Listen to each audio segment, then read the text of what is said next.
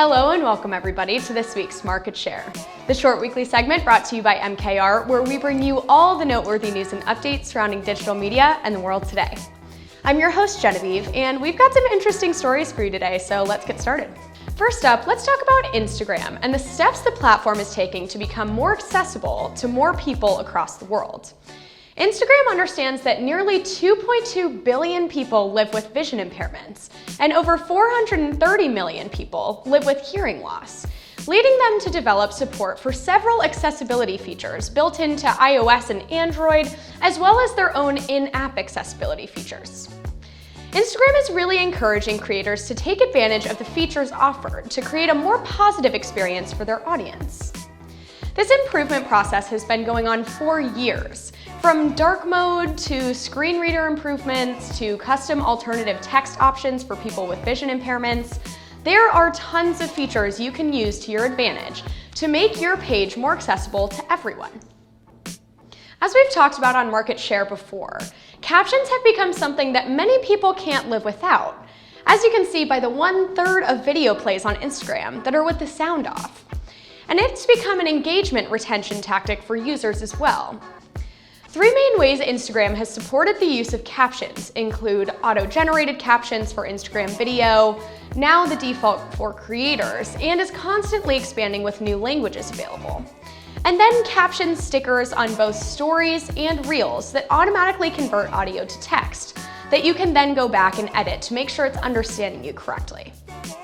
Instagram is giving creators the opportunity to think about how the platform can further expand accessibility and provide equitable access to the tools needed to be a good communicator in this new social world.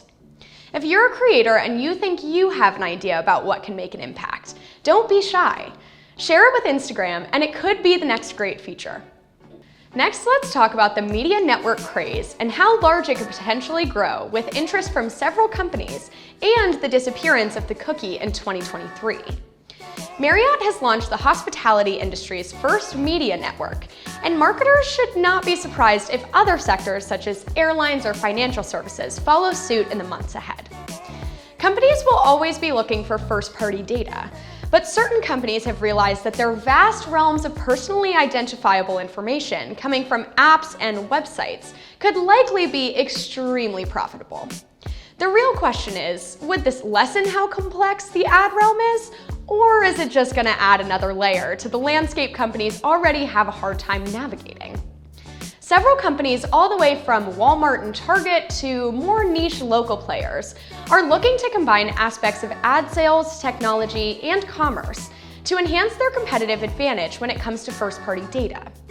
Marriott has typically sold advertising targeted around the hotel you're staying at, but now this is so much traffic to the properties that they can drive media revenue off of that. As we look further into the depreciation of the cookie, big brands like Marriott, Ulta, and Walmart may actually get a blessing bestowed upon them by the fact that more sales are driven by hyper-targeted media, which they obviously have access to.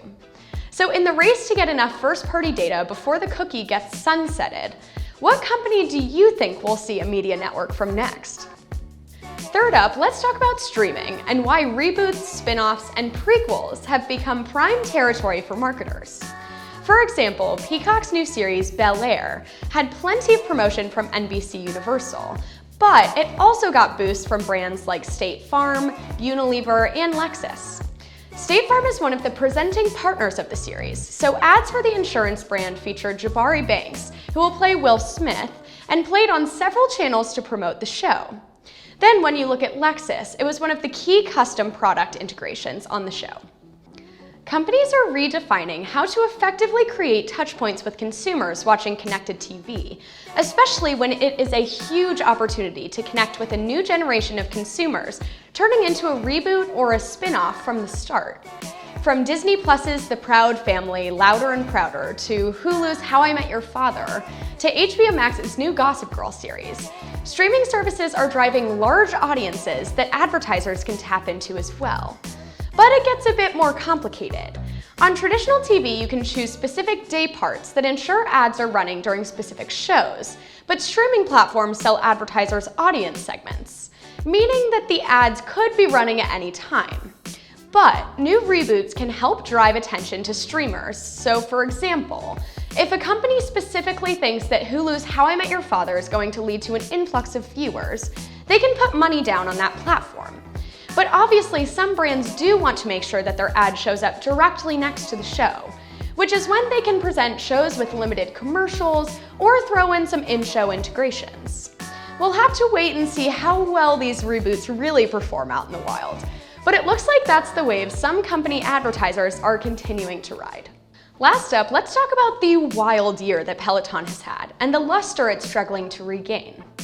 Peloton has released its first tagline and brand refresh to try to inspire the community just ahead of the company's quarterly report earlier this month, and after its share price hit an all-time low.